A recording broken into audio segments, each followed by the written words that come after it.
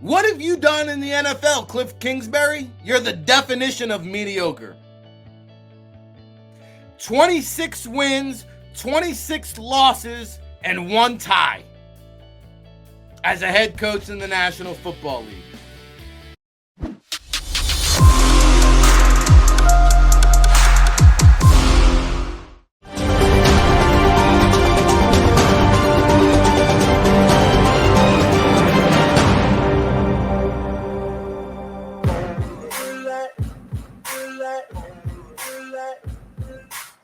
Back at it again. It's the Football Playbook with your boy, RIC, and the place to be here at the Jersey Shore, broadcasting around the universe. It's the biggest, the best football show on the planet. God damn it. Woo! 2 hours of power on deck, man. I'm all fired up, ready to rock. Got a great show lined up for you today. Man, oh man, oh man. It has been Cardinals week, and I'm glad that it's finally here because I'm tired of talking about it, quite frankly. We're going to take the Cardinals to the woodshed out there in the desert. We shall see. We'll keep it moving, keep it grooving. And, I got a lot of things I still haven't gotten off my chest yet this week. Get to that later on in the show. T.O. responding to the JAKIB Sports tweet yesterday. I'll get into that a little bit. Get into the dumpster fire that is the Denver Broncos. Was that a baseball game or a football game last night? 12-9. I told you the Colts were going to stun them. I'll get into that in a little bit. We'll have our good friend, Coach John D. Filippo, world champion, Coach John D. Filippo, in the second hour of power at 11 a.m. Eastern time coming up there. And, we got a lot of chats going on in the chat room. Hey, New Jersey Fishing Maniac, good to see you back. Buckle up, brother. It's a double chin strap affair. Eric, Steven, all my chat room people, where you at from the front to the back. What you know about Jankarelli's little Bloomfield boys over there action? Hey, I'm a Belleville bellboy. Don't get it twisted. Belleville, Nutley, Bloomfield. We know about Jankarelli's, Calandras, all that good stuff. We're just getting started here on the Football Playbook. Make sure you smash that subscribe button. Subscribe to the JAKIB Sports YouTube channel so you get all of our show notifications. But we're here Monday through Friday, 10 a.m. to noon Eastern, leading up to the Sports Take, guys. Shout out to Mac and Mac. I saw Bat Brooks holding it down. And the guest there they had on at the end of the show, he had almost as much energy as me. Buckle up. Proud of that young man. Hey, listen, guys. A lot to get into today. The Eagles, by the way, have not won in Arizona since 2001. Believe it or not. I think there's something like 3-10 since 1993. Obviously, they only go out there every 8 years or so. But we're going to get into the Zach Ertz reunion tour in just a little while. However, checking in from North Carolina. Okay, North Kakalaka, where you at? Where's my chat room people checking in from this morning? St. Louis, buckle up. Love to see it. This is the global show. We're worldwide here on a Football Playbook. I got some press conferences from yesterday. A.J. Brown, Jack Driscoll, Miles Sanders, Jordan Mailata all spoke to the assembled media. But first, I know a lot of you are interested in the injury updates. Wayne, home of the DMV, get at me. Injury updates. So Jordan Mailata spoke at length with the media. He was Compton in the house. Okay. Jordan Mailata was the longest press. It wasn't a press conference. It was just kind of at his locker room. So he did say, as Kelsey alluded to earlier in his press conference this week, they dodged the bullet. Mailata basically echoed those sentiments. Got the X-ray back on Monday. That's when they told him he was day to day. Said it kills him not being out there. His shoulder popped out in the game. First time he ever popped his shoulder in. Said that was pretty cool. Okay. They did say that the Eagles have told him to possibly wear a sling for the rest of the season just for additional support. So, he said at the end of the day, he's going to go through pregame warm-up, see where he's at. The range of motion and the strength in his arm is ultimately going to dictate whether or not he straps up and plays on Sunday. But he had Must have been there was a couple newbies in the media yesterday that were kind of annoying me. I can only imagine how much they were annoying the Eagles players. And one jabroni kept asking, "Hey, what are you really working on from a technical aspect from your game? What are you really working on from a technical aspect?" I mean, some of these guys they give media credentials to. It's like, hey, it's a privilege to be out here. You're wasting all of our time. So, he called out one of the media members. He said, "Hey, how you doing? I'm Jordan. You must be new here. But my saying is, be where your feet are at. Be where your feet are at." So we'll see where Jordan Mailata's feet land on Sunday. He is going to make the trip. Hey, if he doesn't go, Driscoll will be ready to rock. That was just, his third start at left tackle, first time in the NFL. Did say he started 2 games in college at left tackle and got more comfortable as the game wore on. But said, hey, buckle up. I'm ready. J.J. Watt, Zach Allen, who you got from the front to the back. He did credit the Cardinals defensive front, especially those edge rushers, for being very physical. So if Mailata can't go, Driscoll's ready to rock. Seumalo did participate yesterday in practice. Jordan Mailata did not. Mailata with the shoulder, Seumalo with the ankle. A lot of bad ankles on this team floating around. He was a limited participant. So the chances of Seumalo playing probably a slight bit higher than Mailata. And I thought Sua Opeta played very well in limited work, filling in for Seumalo. I'm not going to worry too much about the drop-off on the interior. However, J.J. Watt, best believe it, will take advantage of Driscoll. He'll find a way to get to the quarterback. Driscoll allowed 3 pressures last week in 76 snaps, 1 sack. I think he was called for 1 penalty. He'll have his hands full with J.J. Watt, okay? And, Jalen likes to roll out to his right, so maybe they run a lot of RPO and play action away from J.J. Watt. Marcus Golden, who they brought back, and has been a double-digit sack kind of guy, really hasn't done much of anything so far in this 2022 season. So we shall see there. Even with the injuries, right, even with Mailata and Seumalo possibly out, I think at the very least that matchup in the trenches is a break even. If not, I might even still give the Eagles an advantage when it comes to their offensive line versus the Cardinals' defensive line, okay? So Mailata did not participate. Seumalo was limited. Sticking on the offense, Boston Scott did participate with that rib injury. He was limited. And you know what? I am actually a fan of giving Boston Scott an extra week to get right, get tight. And let me see what Trey Sermon has. Trey Sermon played 5 snaps last week. I'd like to see him get 10 to 15 reps. 5 touches would be nice to see what Trey Sermon can give us, because if he is going to be the Eagles' bigger back, if they are going to go into the rest of the regular season with this backfield by committee, they got to find out now, sooner rather than later, what Trey Sermon's about. Okay? Otherwise, we talk about the names that are out there on the trade market. Rashard Penny could look pretty good in Eagle Green, just saying. Penny showed up on the injury report. That's been a knock on him. It's a 1-year rental. You might be able to get him for a mid to late round pick. To me, I'm all in on this Eagles squad. Let's see. Offensively,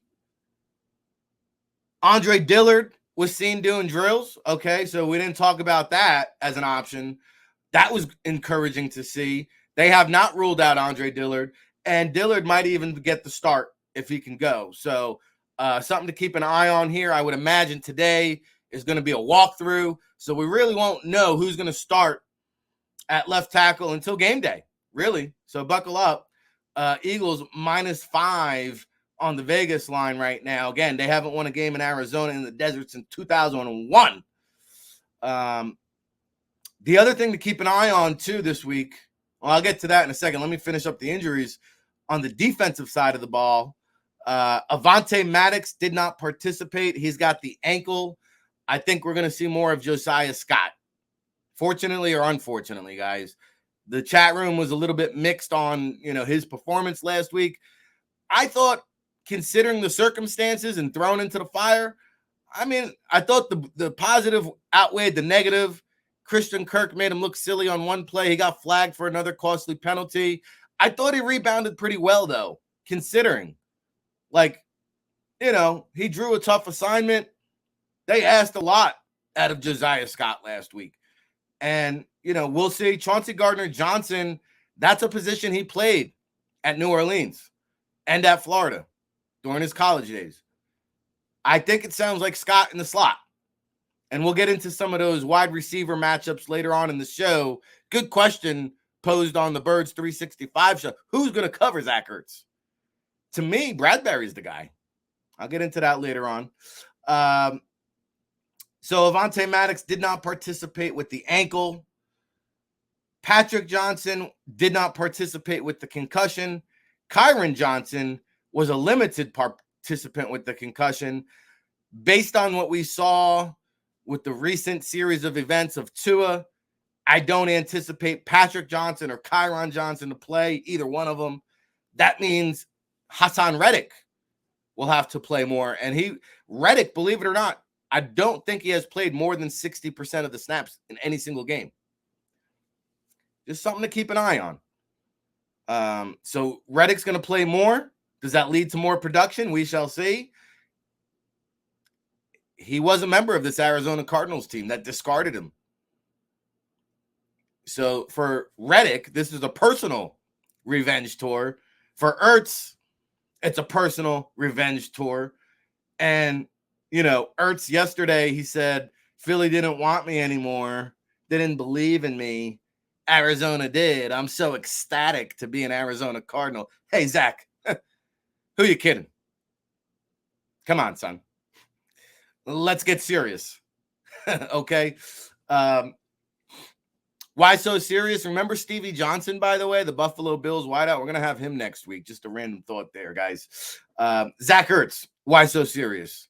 You ain't ecstatic to be an Arizona Cardinal. You wish. You are dreaming about being a Philadelphia Eagle and an undefeated championship contender because the Arizona Cardinals are pretenders. So let's get serious, Zach Ertz. Okay. Defensively, Maddox, I don't think is going to play. Gun to my head. Darius Slay looks like a full go. He was a full participant once again yesterday with the forearm injury. And I would imagine he's going to play about his normal snaps, which has been about 80%. Okay, so Slay's been playing 80% each game. You're going to see Zach McPherson in this game. Okay. So it was encouraging to see Slay out there, Andre Dillard out there, some new faces, possibly Trey Sermon, a guy that can maybe help inject some fresh energy into your Philadelphia Eagles squad this week. So that's your injury report, okay? Philadelphia laying 5. I'll get to my prediction a little bit later on in the show before we get Coach John DeFilippo up here for the second hour of power. But one thing to keep an eye on here is Philadelphia's got to play a complete game. And even last week when they fell down 14-0, but they went into the halftime with the lead. They went into the half up 20-14. So we really haven't seen this team gut it out. The Lions game, week 1, they had to fend off the Lions, late charge. Lions came on late. But we really haven't seen a Philadelphia Eagles team come from behind in the second half. And that's something to keep an eye on. Why? Well, because Cardinals have the biggest point differential in the fourth quarter, at least. I don't know about the second half. We know the Eagles scoring bunches in the second quarter for some odd reason. But the Cardinals have outscored opponents 49-13 in the fourth quarter alone. That's the biggest differential. What is that? a 36-point differential in the fourth quarter. That's number one. The Eagles have been outscored 29-9 in the fourth quarter, which is minus 20 differential. That's the third worst in the league. So you've got arguably the best fourth quarter team in the National Football League against one of the worst fourth quarter teams, statistically speaking, from a point standpoint. Interesting, because I do think this will be a close game. It's getting hot here at the Jersey Shore. I'm just getting started, and we're already sweating up.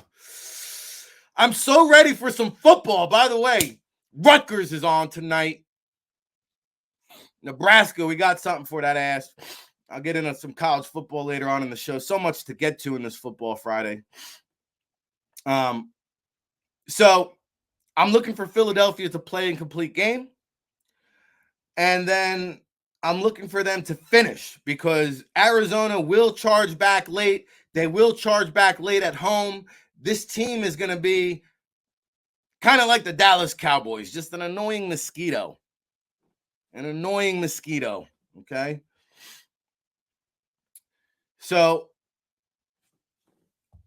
I got a lot I want to get into on this game. Don't razz me with the Rutgers, Daz. You know what it is. It's Big Ten football, Friday Night Lights. Rutgers and Nebraska, baby. Oh, man. I really want to get out to that game. I wish I could get over there. Anyway, RIC in a place to be. Ric Serritella, fly with me. We're soaring. The only undefeated team, guys. Enjoy the ride. All right? And if you got no plans for Sunday, it's a 4 o'clock kickoff or 4:25, 4:05, something in that 4 o'clock area, and you got nothing to do, Ocean Casino Resorts, the gallery down there, is going to be your home for the Eagles pre- and post-game. They're going to be lighting it up, rocking down there at the gallery in Atlantic City. Oh, baby, we're going to get down there, I promise you. And did you see our friend Gail Saunders with the plane takeover to Arizona to Arizona just yesterday? He posted it this morning. The flight attendant, by the end of that flight, she actually gave up the phone to the Eagles fans. By the end of the flight, he said they did about 20 Eagles chants on the way from Philly to Arizona. By the time they landed, the flight attendant, you should see this tweet by Gail Saunders. By the end of the flight, she was so exhausted and tired of hearing Philadelphia Eagles chants, she basically just gave the phone to the passengers, and it was an Eagles takeover on the flight. You might have the Boo Birds taking over that Arizona stadium in Phoenix. They don't got no Gencarellis out in Phoenix, by the way. But it was a pure Eagles takeover. Shout out to Gail Saunders. I'll try to pop him on next week and get his reaction to that. But just a fun scene for sure. All right, so yesterday, Eagles press conferences or assembled media inside the locker room. A.J. Brown said, hey, all this undefeated talk, stop it. Stop it right now. I'm not trying to go 17-0. He said, I'm trying to go 1-0 this week. So that message from the top on down, from Sirianni to Hurts and A.J. Brown, it all trickles down. Hey, it's a 17-round heavyweight championship fight. They're just trying to go 1-0 this week. He did say Budda Baker, is one of the best safeties in the game. And Budda Baker is going to make a play or two. J.J. Watt is going to make a play or two. So they have some playmakers on the defense. He said Budda Baker's the guy that really sets the tone, right? Because Budda Baker, this guy's in his prime. J.J. Watt, not so much. He'll give you some gas a little bit when you throw some butane on the fire. But Budda Baker's the real deal. And he said from what they do, from a disguise coverage standpoint, the Eagles have to really be prepared for that. Also, this Cardinals defense is one of the best in terms of the turnover game. I think he said they were, I don't know if this is true or not, but I think A.J. Brown said they were plus 10 in the turnover game, which is pretty damn good if that's the case. So A.J. Brown's not looking too far ahead. He's taking it 1 week at a time, trying to go 1-0 this week. Jack Driscoll, I told you, he met with the media, said he got more comfortable as the game wore on. He'll be ready for J.J. Watt and company, so don't worry about that. And then our good friend Miles Sanders spoke to the media. And he said, this is the most excited I've ever been since I've been here in Philadelphia. I don't blame him. He said, this is the most excited. I've been trying to show you what I'm about. He said, this is the real Miles. Will the real Miles Sanders please stand up? That's what they were asking in Detroit week 1, Eminem. Will the real Miles Sanders please stand up? He said he echoed a lot of what A.J. Brown had to say. The Cardinals, they show exotic coverages he used. He also mentioned Budda Baker.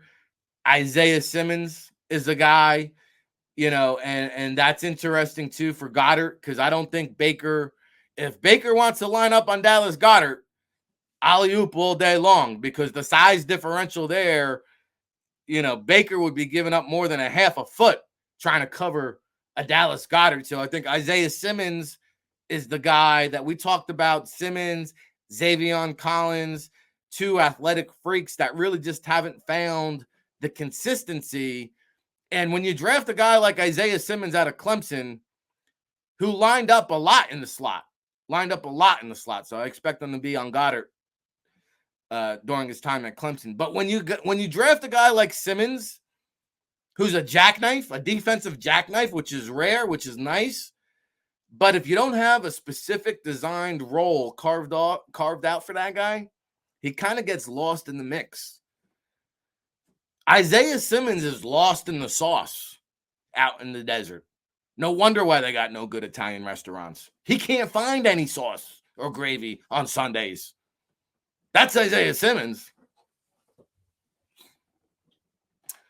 I said a plus 10 turnover differential. I might have got it twisted. Miles Sanders mentioned 10 pass breakups by the defense. So they turn the ball over a lot. They get their hands on batted passes a lot. 10 pass breakups last week. And Miles Sanders just... Zach Ertz is ecstatic to be a Cardinal. Miles Sanders said, this is the most excited I ever been. So let's not kid ourselves, Mr. Zach Ertz. Okay? Now, I got a lot more I want to get off my chest, guys. Believe me when I tell you. I'm just getting warmed up here on this Football Friday affair, the Football Playbook. It's our 29th episode, by the way. Good to see some of you guys coming back. Adams Exploits checking in. William Stark, Daz Deal, Stephen Michael, Lynette. New to the show. I haven't seen you. So welcome. Is JJ hurt again? He's always hurt. He's always got something going on. Last week it was a heart defib. He had to have his heart rate put into place. New Jersey Fishing Maniac. He's becoming one of my favorites. He just checked in for the first time yesterday. I love this guy. Are you kidding me? 5 jars of ragu. It's in there. Isaiah, it's in there. 5 jars of ragu and some frozen meatballs off of aisle 9. That's how they do it in Phoenix. Love this guy. All right, so that's your early finger on the pulse when it comes to the injury report. Reviewed some press conferences. Now, I've been waiting all week to get this off my chest, and we've had a jam-packed show. Shout out to all the guests who've been on for the Cardinals week, and we got a great week already shaping up for Cowboys week next week. Jason Peters week, oh, by the way. But there's something that's been bothering me now for the entire week. And I want to get this on the record because Kliff Kingsbury's a fraud. Who anointed Kliff Kingsbury as this guru type genius? I want to know. And what's the Cardinals GM over there, Kime, good dude. Good dude, believe me. I've hung out with them at the combine, him and Bruce Arians. They can put him back now, boys. Good dude. But Kliff Kingsbury, are you kidding me? What has Kliff Kingsbury ever won aside from a Super Bowl as a backup quarterback to Tom Brady on the New England Patriots back in the day? Give me a break. Now, if you remember, Kingsbury was hired after the whole Steve Wilks, Josh Rosen debacle, and they never gave Wilks a minute to succeed there. They doomed him before it even begun with Josh Rosen, who's on his, I don't know, sixth team by now. Let me tell you something about Kliff Kingsbury, because he might be the biggest fraud of them all. This guy, before he joined the Cardinals at Texas Tech, okay? At Texas Tech, and yeah, I get it. You coached Patrick Mahomes. So now you're a freaking guru. Give me a break. You were 35-40 at Texas Tech. Kliff Kingsbury. Good player back in the day. Don't get me wrong. I liked watching Kliff Kingsbury, the player. This guy's a joke as a head coach. Are you kidding me? 35-40 at Texas Tech. You took over the first year and you won 8 games with somebody else's roster. Kudos to you. But then you went with your roster 4-8, 7-6, 5-7, 6-7, 5-7 for a record of 35-40 at Texas Tech. You know what that spells? Loser. Can you cue up the Jim Carrey? Because that is a loser.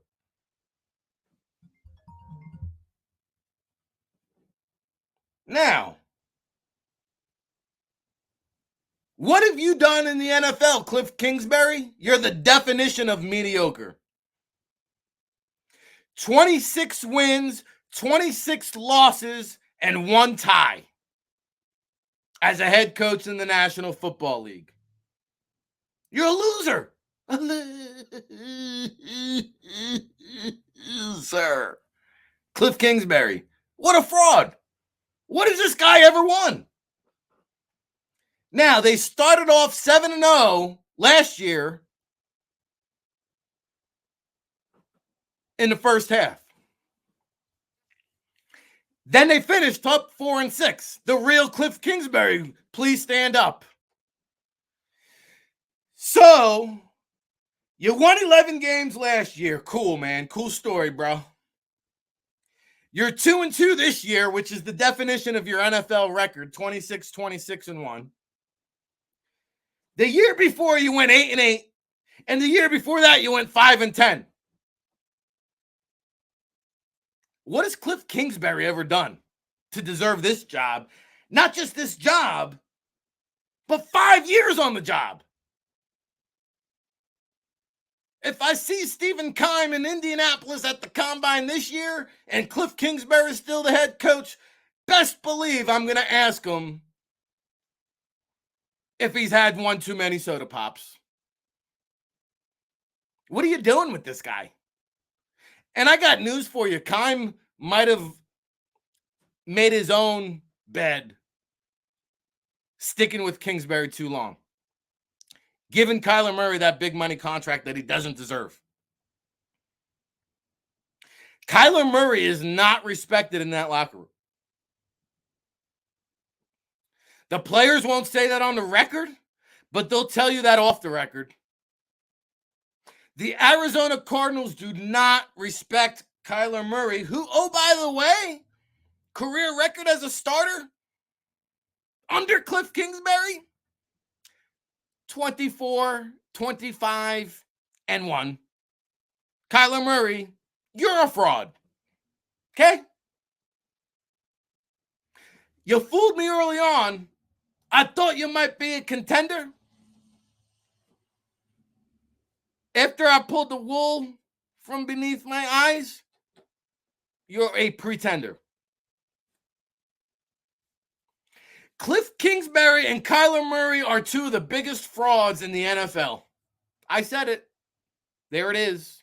Been waiting all week for it. Been waiting to get in where I fit in over here on the Football Playbook. Bro, here's a guy. In his rookie year, he completed 64.4%. And in his fourth year as a starter this year, he's completing 65.3%. Yet, I got media out here telling me Jalen Hurts, he ain't any good. He ain't any good.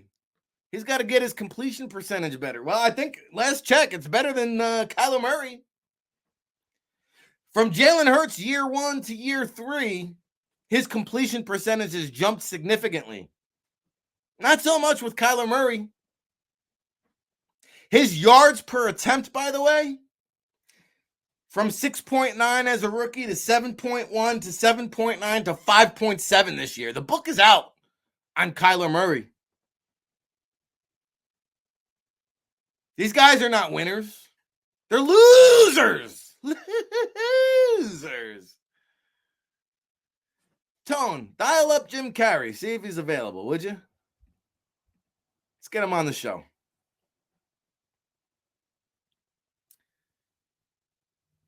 Kliff Kingsbury is a fraud, and I wanted to expose him right here on this very show because he has no right being a head coach in the National Football League. The budget ain't that good, Tone. Anyway, I just wanted to get that out there to all you people out there that are scared of the Arizona Cardinals. With that being said, I'm going to give you my prediction because at 11 o'clock, we have Coach John DeFilippo, your world champion, John DeFilippo.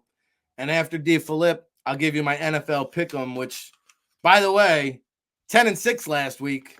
Didn't hit my best bet, which was the Packers. But we're now with the Colts last night, 38-27 against the spread. Not too shabby. I'll get to my pick'ems after Coach Flip in the second hour of Power. So with that being said, I'll get to you right now my Eagles prediction. Before I do, I want to say I got the depth chart here for the Cardinals, and I just want to make a few points of emphasis. This Jalen Thompson is one of the more underrated players in the NFL, and he doesn't get a lot of fanfare. One, because he plays in the desert. Two, he's on the West Coast, so nobody sees him. Three, he's overshadowed by Budda Baker. But this Jalen Thompson, as Sirianni said on the Pat McAfee show earlier, he's a dog. This is a really, really good safety tandem back there. So Hurts has got to be aware of that. Now, also in the secondary, Byron Murphy, Marco Wilson, they'll make plays here and there, but they're average at best. Trayvon Mullen, who they just traded for from the Raiders discarded him. He's kind of like, their third cornerback in the mix there. I don't care if it's Murphy, Mullen, or Marco matched up on A.J. Brown or Devonta Smith. One of these dudes is going to have a field day. I don't know who it is, but one of these dudes is going to have a field day. It might be A.J. Brown's turn again.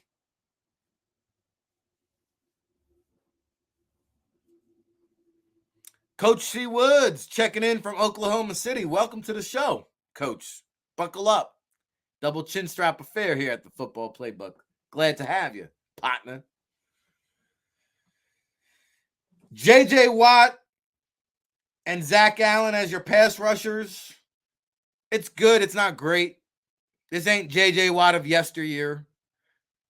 You might get 25 reps out of him and 5 to 7 plays where he'll be a factor. He'll make 2 or 3 plays this game. J.J. Watt will.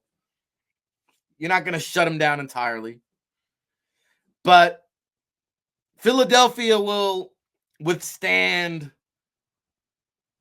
the pushback from J.J. Watt and Budda Baker. I think J.J. Watt and Budda Baker will each make a pivotal play in this game. It won't be enough, though. It will not be enough. Flipping it on the other side of the ball, once again,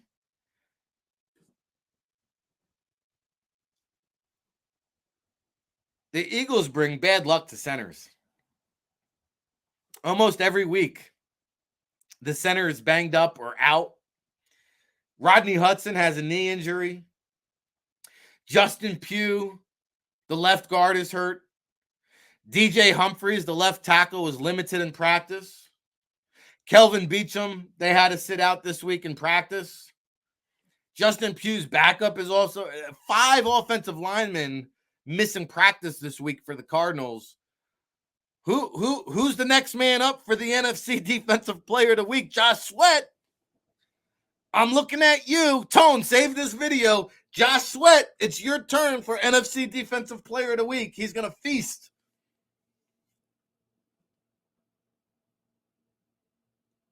Will Hernandez, by the way, remember him from the Giants?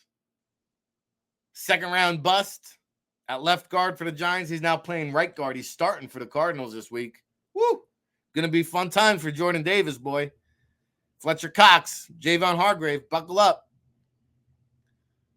I think Jordan Davis is going to have his best game of the season. I got a feeling.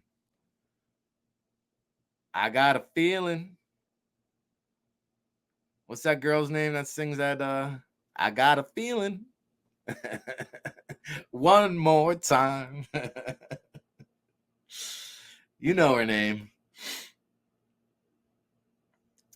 So I do think Ertz is going to be a problem. Now, the Cardinals haven't had a tight end catch 100 yards passing in a game since 1989. Ertz actually has a chance to do that this week. I really do think that. And to me, I said it earlier, I would put Bradbury on Ertz just because when you look at the Arizona wide receivers, you know, Bradbury really needs to be on A.J. Green if he's in the game, but Green is all banged up. And A.J. Green's like 6'3", 6'4", bigger body receiver. James Bradbury is like 6'1", 6'2". So that's the matchup for Bradbury. But when A.J. Green's out of the game, I'm putting Bradbury in the slot on Ertz because these other guys got too much wiggle. Get wiggle with it. Rondell Moore, Gregory Dortch, Hollywood Brown. I don't want to see Bradbury on those guys. And maybe he'll prove me wrong. But those guys are all 5'10" and under. They get wiggle with it. So I think, you know, you will see Hollywood Brown go deep. Rondell Moore is off an injury. Gregory Dortch is a guy that should not be slept on. And then James Conner in the backfield is also banged up. Eno Benjamin can get some work there. But with that being said, it's a lackluster roster. And so my prediction this week,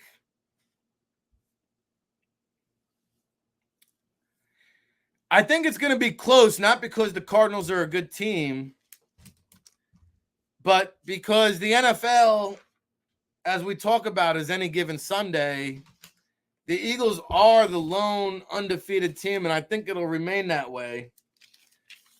I don't think they cover the 5, but I'm going to go Arizona 27.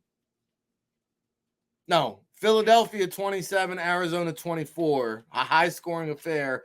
The Eagles get the job done. I wanted to make sure I got that prediction in before Coach John DeFilippo chimes in and joins us here after the break in a few minutes now.